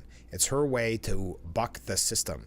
Yeah, she was fine. I think it's more she was fine with it until he said he complied with ICE. He said he was going to comply with ICE before, now, whether or not he was going to, but before those charges were dropped. So that's where, once he started working with Trump and kind of singing the praises of Trump and talking to ICE, that's when the trouble began, really. The real trouble, meaning that they're trying to oust him. So another viewer asks, if Mayor Adams gets fired, who will take his place? Cuomo? I hope not. No, that would be in the election. I don't think she would appoint Cuomo. Should we get to this now? Everybody likes to talk about this one, but there's so much more about Doge. But we'll get to some updates on New York in that sense with Mayor Adams. But no, but this, if she does oust him, this only helps Cuomo in the long run. So there is a point there. Fred writes in, good morning, Frank. Well, hey, good morning, Fred. I'm sorry, I haven't done a great job with waves this morning. If my memory serves me, it was an interview with Steuben County Sheriff Jim Allard on your show where he said that he could be prosecuted personally if county law enforcement cooperated with ICE. Yes. Now Mayor Adams is in the spotlight for doing just that in the interest of protecting his citizens. Equal treatment. No one is above the law. They just don't want the national attention so close to being sued by the DOJ, which was only a 12-hour news cycle story. That is a very great point, Fred. That was only a 12-hour news cycle story. That the DOJ was suing Hochul, New York in general, and Letitia James. That's a good point. And finally, the comments for this section. If the $5,000 per taxpayer goes through from Doge It sure beats the 500 we never got from Hochul. That is a very good point. Well, I do think that, and if you're just joining us, Elon Musk had suggested maybe a $5,000 check goes to taxpayers from the savings that they have found through Doge. And what I like about that is not just we would all like to get a $5,000 check, but also that it is tangible evidence of how much is wasted by the bureaucracy. So when people see that, maybe even non-Trump supporters, people that don't like Elon, but maybe starting to realize that this was necessary to save this money, to cut the waste, fraud, and corruption. It was reported late last night that Doge actually found nearly $40 billion in spending linked to government-issued credit cards, which government-issued credit cards is normally what you think of as the budget. But they actually mean physically government-issued credit cards, which sounds like a terrifying term for, you could see corruption, fraud, waste. Imagine that, having a government-issued credit card and how that could go wrong. The Department of Government Efficiency pledged to simplify the federal government's credit card program, which cost taxpayers nearly $40 billion last year. The U.S. government currently has 4.6 million active credit cards and accounts, which processed 90 million unique transactions for $40 billion of spending in the fiscal year 2024. Doge is working with the agencies to simplify the program and reduce administrative costs. They said it will report back in 1 week with its plan to disentangle the system.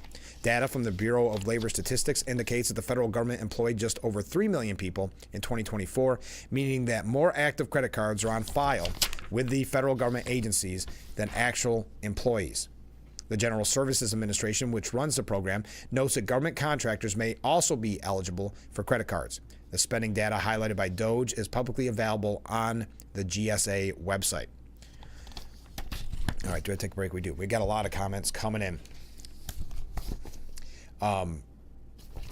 We're going to talk about the interview with Doge. We are going to talk a little bit about New York. I want to get to that piece before we talk about that interview, because I just think it's by Daniel McCarthy. I think it's just an important point to make, and I would love to hear your opinion on it, your take. You could comment at any time during the program. Stay with us. This is Frankly Speaking here on WYDC TV, Big Fox. We will be right back.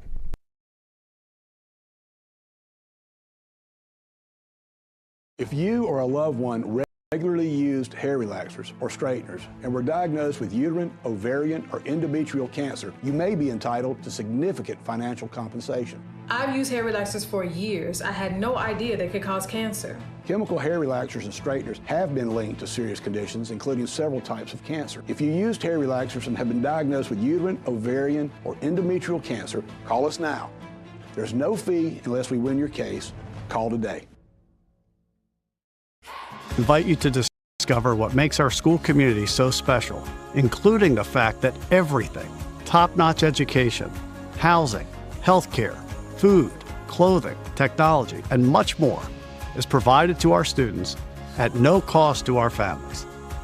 This is thanks to the generosity of our founders, chocolate maker Milton S. Hershey and his wife Catherine.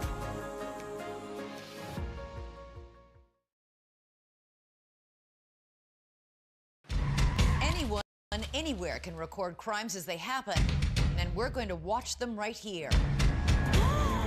He just took his arm.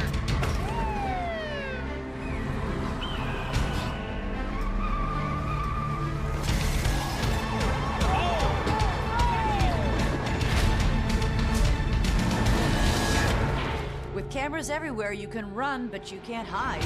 Watch iCrime.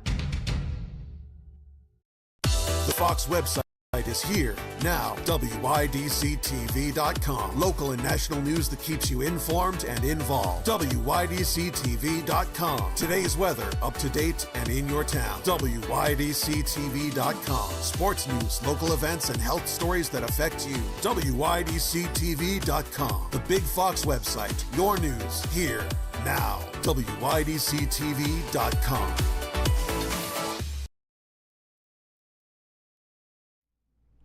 The Frankly Speaking Roof Cam brought to you by Boss Security in Horseheads. Contact them today for all your business and home security needs. Welcome back as we broadcast live from the Hesselson studio here on Market Street in Corning. Let's go to some viewer comments this morning. Fred writes, only 30 days since the inauguration. Yeah, well, today's the 19th, but yeah, February 20th will be the exact 1 month. Can you believe how much has been accomplished? Going back to that other comment about the DOJ suing New York State, was a 12-hour news cycle story. It really was. And think of how much has been, because it's been a 24/7 news cycle under Trump. Many of my articles that I have came out 4 or 5 a.m. this morning. It's 24/7. But I'll continue with what Fred had to say, but think of how much it has been accomplished in a month. Go Team Trump, said Fred. Hey, I voted for Elon as a known team member. You're right, Fred. I mean, they say he wasn't elected. But again, the idea that it's a threat to democracy because someone that wasn't elected is going after people that weren't elected doesn't really make a lot of sense. That's a constitutional crisis. Comment from a different viewer. If half of the fraud and thievery that Trump's people have uncovered is true, it's a sad day for America, and anyone involved is guilty of grand larceny, treason, fraud, and graft and must go to prison for the rest of their life. I think it's more than half. I think what we're learning is, now listen, when at the end of the day we'll have a better number, and I know some things have been adjusted and like that, but yeah, it is a very sad day, and that's why it needs to be done. The reforms need to be done. I'm going to talk about that in just a moment. Mark writes in, give me a government-issued credit card. I swear I'll buy a Tesla. Yeah, some people do. That's a good point, Mark. We'll pass that message along to Elon Musk. $5,000, though, if he does send that check from Doge, will not buy a Tesla. Well, maybe now, as there's kind of a fire sale on it by some people that bought it, trying to virtue signal and show how much they cared about the environment, and now they don't like the connection to Musk, so they're selling them like Sheryl Crow and donating the money to NPR, so maybe you could get a Tesla, a slightly used Tesla for $5,000. But also, a lot of people dream of winning the lotto. They buy that ticket when it gets up high. I think we should all be dreaming about being issued a government credit card. That sounds like much more lucrative than hitting the lotto. Comment from a different viewer, from Steve, actually. Hi, Steve. Once they start figuring it all out, all the fraud, waste, and abuse, if they actually start tracing it all, it might come back up with a lot of the dark money that is injected into politicians. So all the talk about money coming from foreign lands, it seems as though they've already started to find a lot of it. All the politicians are trying to cover their you-know-whats, their butts, because if they actually sit there and resolve the issues of the wasteful spending, it should all come back at whoever is the originally arranged all the payments that were going out. Thank you. I think that's what's going to be really interesting, because, and one of the really kind of the important reasons why it is Elon Musk is because, being the world's richest man, he isn't beholden to the same people that a lifelong politician would be, or even maybe a business type person. So it is kind of interesting. That's why Daniel McCarthy writes, here's a dirty little secret about the federal government many Americans are just learning. It's always run by Democrats, even when voters elect Republicans. Presidents come and go, but the permanent federal bureaucracy remains the same, and it has a distinct partisan tilt. And we brought those numbers to you yesterday of just how partisan it was. It was on average in each department about 30-point plus for Democrats. When Americans send a Republican to the Oval Office, they get a government still administered mostly by the other party. Yes, that makes a sham of democracy, but no president before Donald Trump was prepared to confront that problem. Because the bias in the federal civilian workforce of more than 2 million employees favors their side, the likes of Bill Clinton, Barack Obama, and Joe Biden were never going to fix it. And earlier, when the parties were less ideologically polarized and there was still quite a few conservative Democrats and liberal Republicans, it wasn't as obvious as today that the bureaucracy's partisan slant meant a workforce opposed to the duly elected president when he's not a Democrat. And we saw that in Trump's first terms, and then he, of course, called it the deep state or the swamp, that unelected, faceless bureaucrats were able to really hinder the progress that he made on his agenda. And I don't want to get into kind of the history of it and analyzing the data, because that gets a little bit wonky, if you will. Again, this you can find it for yourself by Daniel McCarthy at the New York Post. When voters elect a Democrat as president, they get a Democratic administration. But if they elect a Republican, they get a mixed administration, weakened by partisan divisions between political appointees and the civil service. This is one reason Republican efforts to scale back the federal government have failed for so long.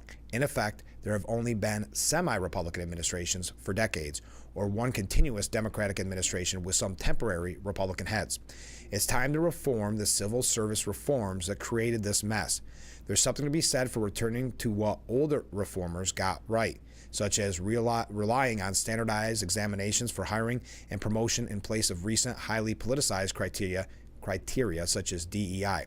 Beyond that, though, it's necessary to admit that bureaucrats are partisan too. President Trump's plan to reclassify many federal employees as Schedule F appointees, allowing him to remove them more easily, is a step toward making the bureaucracy more accountable to the democratic process. By fighting the partisan bias of the permanent government, Trump isn't endangering the Constitution. He's restoring its balance. That's your thoughts on that. That is from Daniel McCarthy. Now, Trump reveals that he did search for, quote, somebody smarter than Elon Musk to run Doge. Now, that's a clickbait headline, if I ever saw one. You know, I wanted to find somebody smarter than him. I searched all over. I just couldn't do it. I couldn't. I really tried hard. I couldn't find anyone smarter. We settled on this guy, Trump quipped. The joint interview was taped at the White House last week, and it was played on Hannity the last few days. During the sit-down, the president indicated that one of his primary goals heading into his second term in the Oval Office was to simply find great people to staff his administration. And while he only knew Musk a little bit before last year, he admired the way the tech tycoon fought hard in the private sector. Quote, I wanted great people, and he's a great person. He's an amazing person. He's also a caring person. He's a good person, a very good person. He wants the country to do well. If there's a conflict, meaning in Musk's business ventures, if there's a conflict, he won't be involved. I mean, I wouldn't want that, and he wouldn't want that. The president noted his support for eliminating Biden-era electric vehicle mandates would probably hurt Musk's bottom line. He's a very different kind of character, Trump said in reference to Musk. Musk, who has set an ambitious goal to cut $1 trillion in federal spending, described Trump's win as an opportunity to fix the system. He argued that it comes down to competence and caring when it comes to getting taxpayer a good deal. Pointing to Trump's tough negotiations with Boeing to drive down the cost of a new Air Force One plane by several $1 billion. When the president was shown the outrageous bill for the new Air Force One and then negotiated it down, if the president had not applied competence and caring, the price would have been 50% higher, literally 50% higher. The president cared. The president was competent. The price was not 50% higher as a result. And so when you add more competence and caring, you get a better deal for the American people. But it's going back to the jokes we were making about the government-issued credit cards. If it's not your money, if it's Biden in there, yeah, just pay that for Air Force One. What's the difference? What's a few $1 billion amongst friends? But if you care and you want to see a cost cut, then you make that tough negotiation. Since Trump's inauguration, the Musk-led Doge initiative has implemented sweeping cuts across federal agencies to root out waste, fraud, and abuse. Trump has instructed Musk's team of super geniuses to look into the Pentagon's budget as well. As you know, thus far, Doge estimates have put taxpayer savings at $55 billion through various cuts. Well, we got a lot of comments coming in. Thank you. Keep those comments coming in. Keep those waves coming in. But again, I thought there was an important note that Trump made, that Musk will not be involved in things that pertain to his business, meaning Musk's business. What about his business? Sean Hannity said. Trump cut in and said, then we won't let him do it. Hannity then cut in and continued the rest of the question by saying a contract he would otherwise get. We're not going to let him do it, said Trump. Also, we learned something about, Trump learned something about Musk, and we learned something about Musk. Many people had said that Musk endorsed Trump after the assassination attempt in Butler, that's what kind of spurred his decision, because he saw that fight, and that winning mentality. But he actually said, I was going to do it anyway during this interview. Musk admitted he was going to do it anyway. But the assassination attempt was a precipitating event that sped it up a little bit. Trump asked, and he said, I didn't know that. Musk responded, sped it up, but I was going to do it anyway. That's kind of interesting. Now, Musk announced that he fully supports former President Trump after gunshots rang out at that rally. That's when he started becoming more outspoken, more active in the campaign. They also addressed during the interview about this idea of the constitutional crisis, that they are guilty of the crime of which they accuse us, is what Musk and Donald Trump said, arguing the detractors are guilty of the crime of which they accuse us. That's always the first thing they do. He's in violation of the Constitution. They don't even know what they're talking about, Trump said. He added that his accusers couldn't care less about the Constitution. When these attacks occur, the thing that they're accusing the administrator of is what they are guilty of, said Musk. They're saying the things that they have been doing that are unconstitutional, but what they're doing is unconstitutional. All right, we've got quite a few other things to get to when we come back. Yep, I'm running just a little bit late. We'll be reading your comments. Stay with us. This is Frankly Speaking here on WYDC TV, Big Fox.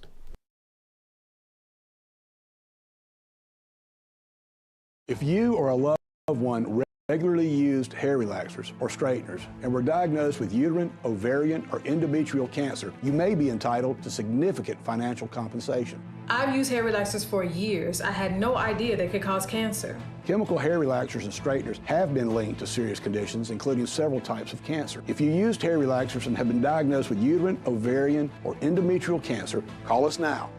There's no fee unless we win your case. Call today. Invite you to discover what makes our school community so special, including the fact that everything, top-notch education, housing, healthcare, food, clothing, technology, and much more is provided to our students at no cost to our families. This is thanks to the generosity of our founders, chocolate maker Milton S. Hershey and his wife, Catherine.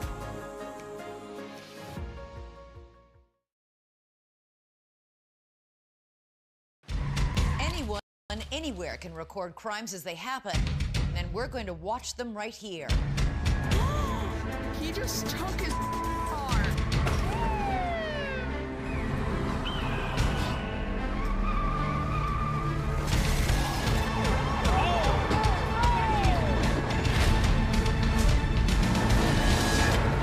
With cameras everywhere, you can run, but you can't hide. Watch iCrime.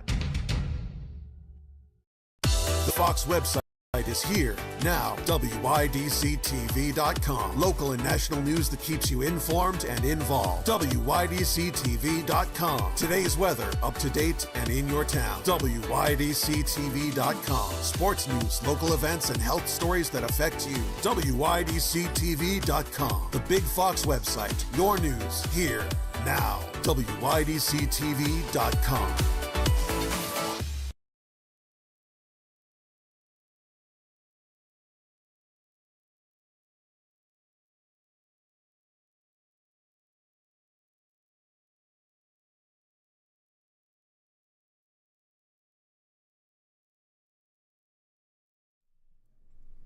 The Frankly Speaking Roof Cam brought to you by Boss Security in Horseheads. Contact them today for all your business and home security needs. Welcome back as we broadcast live from the Hesselson studio. Let's go to some viewer comments, shall we? We've got a lot of them this morning. Okay.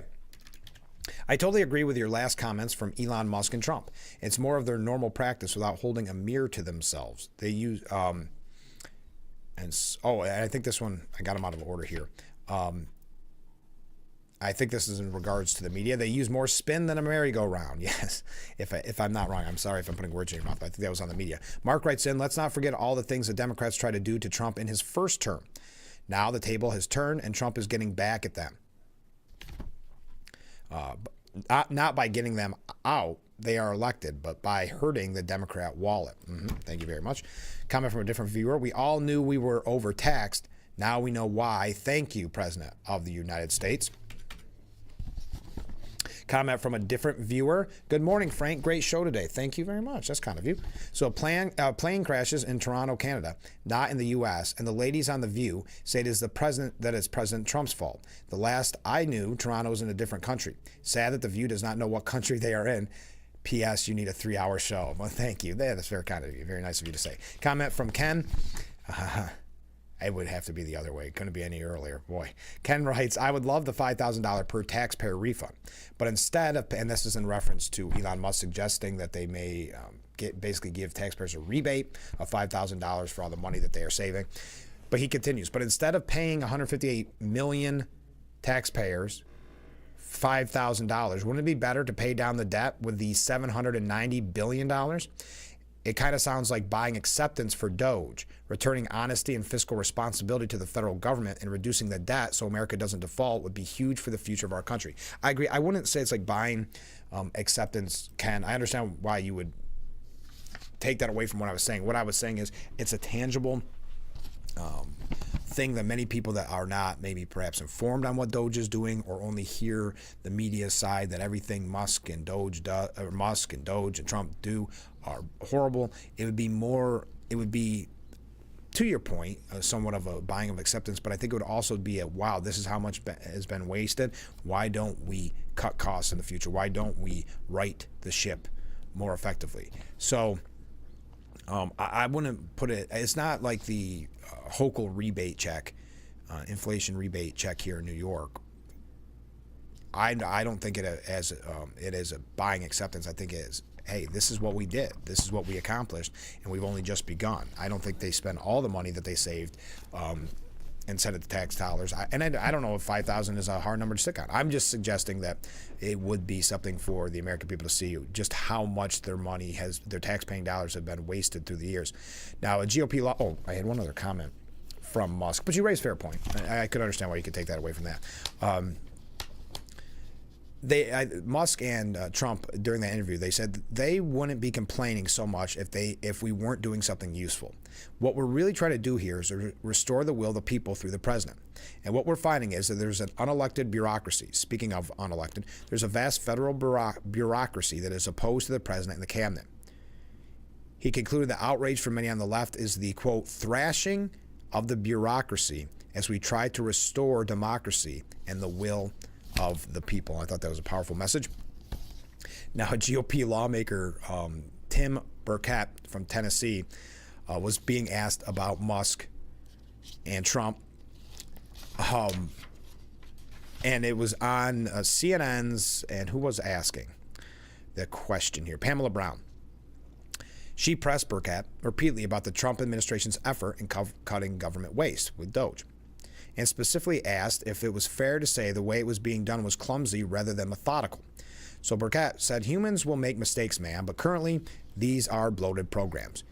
You have no-show employees that are angry that they're having to go back to work, that they're moved and they're not even in the distance of where their original job was.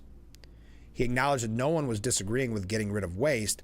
Well, then why are you all not exposing it? And that's going to Stephen Miller's point. If you all agree that there's waste and fraud and corruption and bureaucracy, then why are you not celebrating these cuts? Brown insisted that CNN was covering where the money was going at length. Burkett said, all y'all do is run down Elon Musk and Donald Trump, and you continuously do this. And that's why your ratings are in the tank, ma'am. Then the two clashed throughout the rest of the interview. There are fair questions to be asking Congressman about these unelected people going in and having access to private information from Americans. How can you not be asking those questions? Those are very fair questions. That's a lengthy way to ask that question from Brown. Burkett pushed back saying, how many people at the IRS are elected? How many of these are elected, ma'am? You're proving my point. You've got all these people, and this is a very porous agency. We all know that. I'm surprised that the media and Democrats seem to use almost as fear tactic that the IRS is under attack by Doge, because how many people are not a big fan of the IRS? I mean, it's not as too many people are going to say, no, not the IRS. But I guess that's how much they care for the work that the IRS does. What was Ronald Reagan's old line? I'm paraphrasing that. Republicans feel like every day is July 4th, and Democrats treat every day like it's April 20th, meaning or April 15th, tax day, right? April 15th is tax day. I forget because they've moved it a couple times in the past, but yes, that it's tax day. And that's kind of what we're seeing, that they think you're going to feel bad because the IRS is being looked at. It's shocking. Now, Schumer, according to Axios, Schumer is looking to jam Republicans on Musk and billionaires. It unifies Democrats from one end to the other. It is simple. It's easy to state, and it's true, meaning that he's going to tie Trump in with Musk and with all billionaires. After weeks of getting pummeled, and that's what Axios is saying, so you know it's been bad, Schumer is clearly relishing the prospect of changing the subject and forcing Republicans to play defense. Schumer wants to turn the vote-a-rama on the Senate GOP's budget bill, expected Thursday or Friday, into a parade of tragic decisions by Trump and Musk, all in service of making the rich even richer. Look for amendments on Trump's proposed tax cuts, the president's funding and hiring freezes, and Musk's deep cuts to federal agencies. You can also expect an amendment blocking the GOP from changing tax rates if they cut funding from Medicare and Medicaid. Now, none of these Democrat-forced amendments will pass, but Schumer's goal is to make GOP senators own as many of the cuts and freezes as possible, or put them on the wrong side of a president who demands total loyalty. So Axios making sure at the end to show their bias yet again. But again, is that a problem? The total loyalty issue. Kind of interesting. That is Schumer's winning agenda, kind of politics of old, which is to tie them to their vote. Thinking, and perhaps it will, I don't know, but that it'll have a negative effect on Republicans. But we got to take a short break. Going to read some of your comments when we come back. Stay with us. This is Frankly Speaking here on WYDC TV, Big Fox. We will be right back.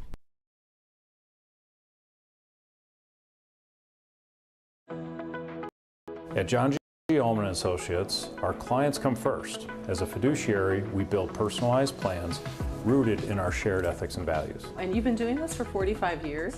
Yes, our in-house team creates custom plans built for you and your family. We like the idea of a relationship that lasts. That's what we're all about, helping you and your family build and protect wealth for generations. John G. Ullman & Associates, here for everything your money touches. Power up, America. The Ford President's Day sales event is here. Save on the vehicles that will take you places, give you a surge of productivity, and a new sense of freedom. So head to your local Ford store, because it's time to get in the driver's seat. A special offer for Jeep owners. Right now, you can lease a Ford Bronco for just $269 a month for 24 months, only at your local Ford stores. Sid and Missy face off in Why can't we watch DuckTales?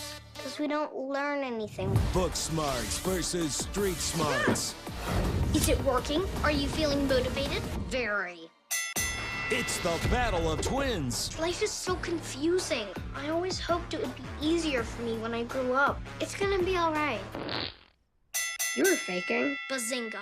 Young Sheldon. Weeknights at 6:30 on Big Fox.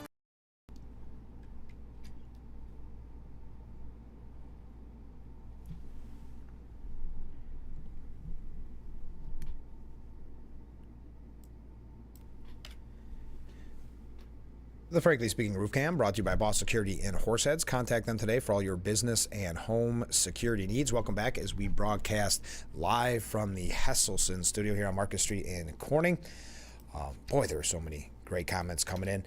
I'm going to try to get to as many of them as we possibly can because we are nearly running out of time. Okay, comments from viewers. I got this was a voicemail. Thank you for the voicemail. I had to cut some of it only because it didn't translate into it. I don't hear the voice messages, but they translate it for me because I can't on the air. It would go over the air. So Google or whatever translates it for me, and some of the words didn't make sense. So I'm going to paraphrase what you said. I hope I'm not getting it wrong. Do you get it? Every person that's fired probably has a family.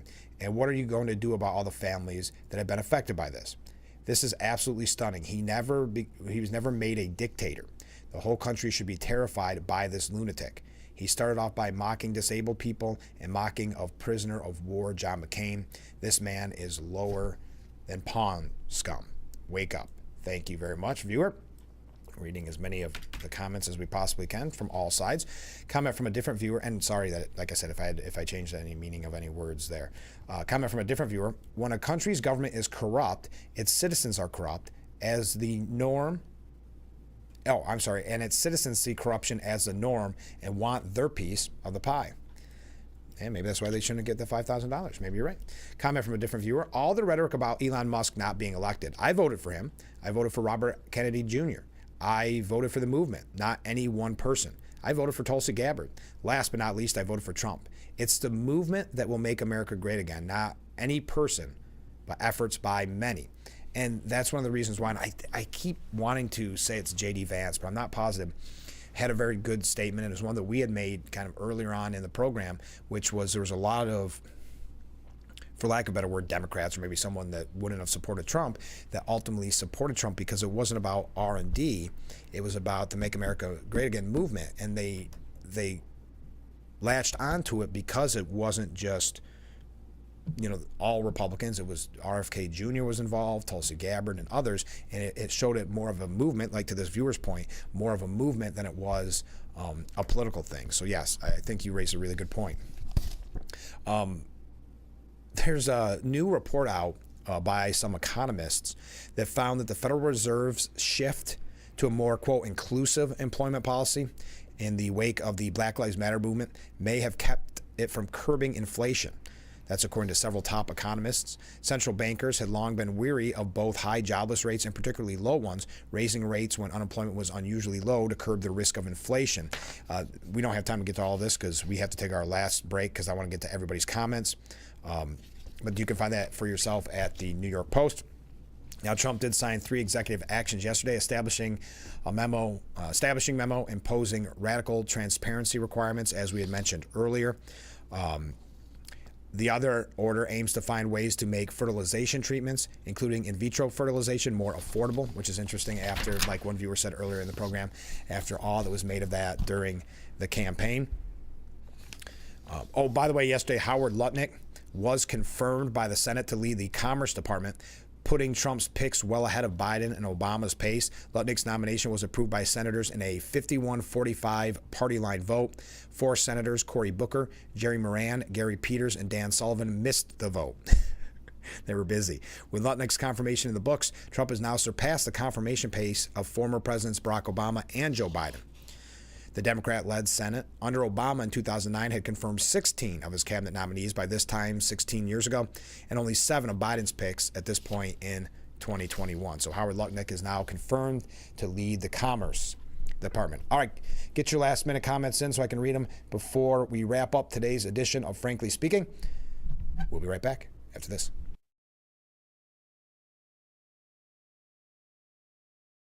Attention, Elmeron may lead to vision loss.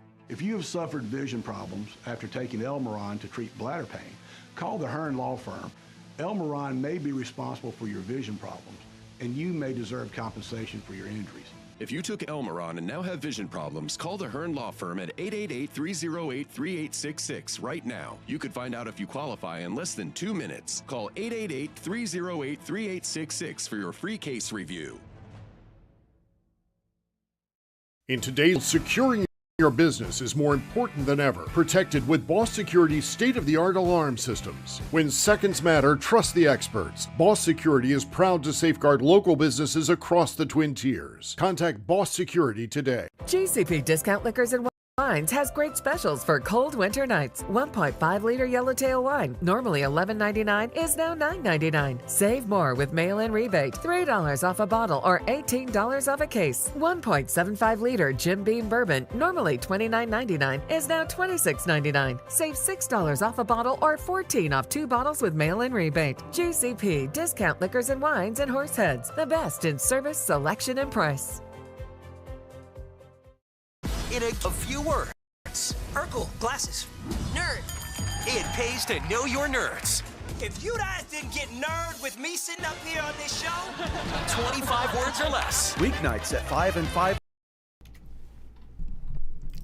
The Frankly Speaking Roof Cam, brought to you by Boss Security in Horseheads. Contact them today for all your business and home security needs. We are wrapping up today's edition as we broadcast live from the Hesselson studio. Some more comments from viewers.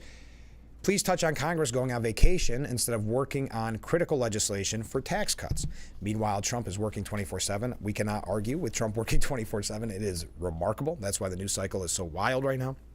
But yes, they are Congress would say that they are in district. That means they're meeting with their constituents to find out more about what you would like in the tax cuts. That would be the argument that they make. But your argument, to your point, that they could be on vacation.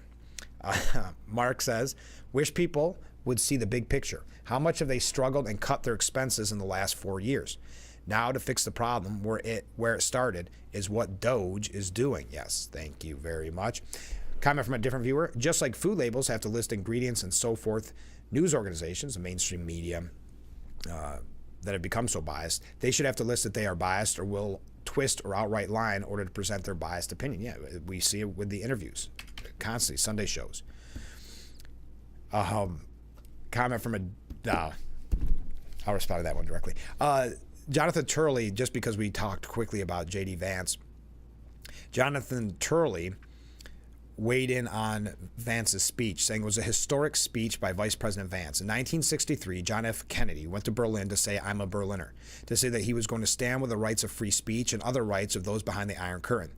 Vance went, in this case, to Munich and said, "I'm an American, and as an American, I will fight for free speech." He confronted our allies in saying, "You can't claim to be defending democracy when you're eviscerating the very right that defines us." I wrote a book called The Indispensable Right, and it talks about Germany, the United Kingdom, and other allies where free speech is in free fall. And so this was a very welcome speech for the free speech community, not just in the United States, but in Europe. And I'm hearing from a lot of my colleagues in Europe saying this was a true Churchillian moment for the free speech community. Okay, quickly on Adams, even though we talked a lot about it on the program already from comments, there are more moderate Democrats in New York urging Hochul to pump the brakes on ousting Mayor Adams.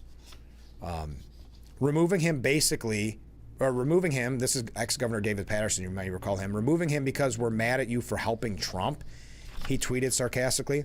I don't hear anything of a cause for him to leave office. Yeah, but she's giving in, I think it was, I have a second. Settle down, Frank, settle down. 5 factors that may shape Hochul's decision on Adams' fate. This coming from the New York Times. A cautious student of history with little guide here. In her own statement about the removal possibility, Ms. Hochul said that she recognizes the immense responsibility the state constitution affords her, and that overturning the will of the voters is a serious step that should not be taken lightly. But the Governor Patterson's point, so you're just saying he deserved getting ousted because he said he would work with Trump? Next up, moving against Mr. Adams risks alienating black voters. That's a very good point. That's coming from the New York Times again. Removal might empower Andrew Cuomo. We mentioned that earlier on. Still, Ms. Hochul may yet find reasons to act, and city officials could also take matters into their own hands. Finally, Michael Goodwin writes, Governor Hochul's cowardice is on full display as she surrenders to the noisy anti-Adams, anti-Trump crowd. And we know she's not a fighter. We talked about that a lot in the past. So there you are. Okay, we are out of time. Oh, and Richie Torres, who's probably going to primary her, tweeted out about, I don't know if you saw the anti-Israel protests erupting into mayhem in an Orthodox Jewish neighborhood. He tweeted out about it, talking about public safety. He's clearly going to run, isn't he? All right, I can't keep going. I'm running late. Okay, tomorrow on the program, we're really looking forward to it. Former Congressman, current Assemblyman, Joe Sempolinski will be our guest. That's tomorrow morning in the 7 o'clock hour, so get your questions in for Joe. On Friday's program, we'll have Assemblyman Phil Palmisano. We'll have Assemblyman Phil Palmisano because it's Fridays with Phil. Make sure you tune in on Friday and get those questions to me if you have a chance. We could go live, or you can send them to me ahead of time. Thank you for all the comments this morning. We had a great time, a lot of back and forth, a lot of different perspectives. We always appreciate that. If you are new to the show, you see the number on the bottom of your screen. I'm sorry I did do a bad job of counting waves this morning. I was so focused because we were having such a great conversation.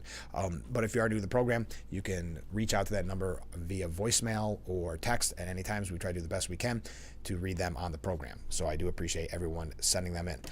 All right, join us every weekday morning starting at 6 a.m. for Frankly Speaking, only on WYDC TV, Big Fox. Again, tomorrow, Joe Sempolinski will be our guest, so get those questions in. He's going to be live in studio. Federal, state, or local issues, he's your man to talk to, so get those questions in, and we will see you tomorrow morning bright and early. I look forward to it already.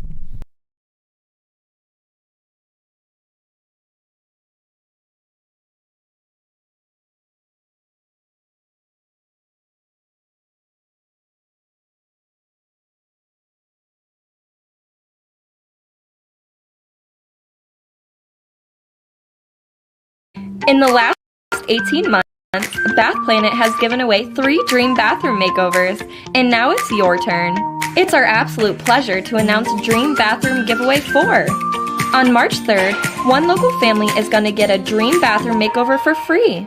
Whether you want a tub to lounge or a walk-in shower for accessibility, Bath Planet is excited to give away our 4th free bathroom makeover. Enter now by scanning the QR code or stopping by either of our 2 locations.